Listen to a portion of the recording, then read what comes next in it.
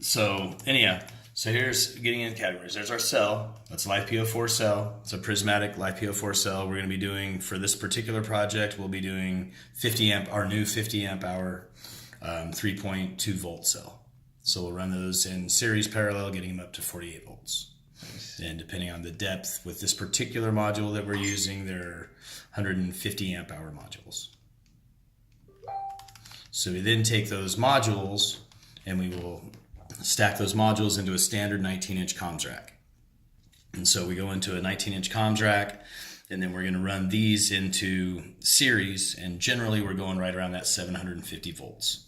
And then we've got and each one of these individual modules has a battery management system that is at that 48 volt modular level, that is spreading that energy going in and out through all of the individual cells. And then the battery control unit is basically doing the same thing for each one of these modules as we're stepping the voltage up. So we'll have 750 volts going out from there, but we want that 750 volts all to be pulling equally from each one of those individual cells, where it'll burn the cell out a lot faster than it would. So we want that maximum life cycle on the cell. And so that's what our battery control system will do. And so if you look here, then you're going to have those racks are going along both of these walls. And then you can have the doors open if you need access. You can access them from the outside of the container as well as from the in. So you have your fire suppression, you've got your distribution panels, and this is going to be your inverters. Or you can also, and that's your HVAC there, or you can also do your inverters. Depending on the skid and on where you're doing it, you can have the inverters outside of the unit, and you can have more batteries and add further density to your container. Nice. And these are longer lasting, safer batteries than your competitors.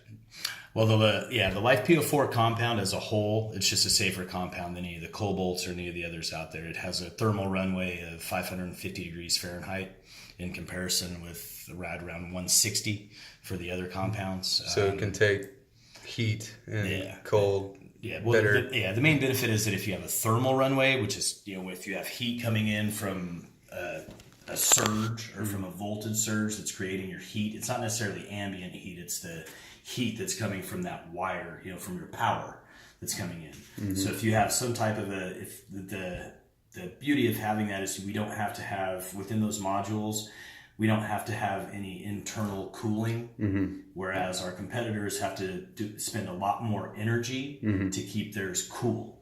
So that's expent energy that they're not calculating into that figure when they're talking about the amount of energy that it's actually producing and holding.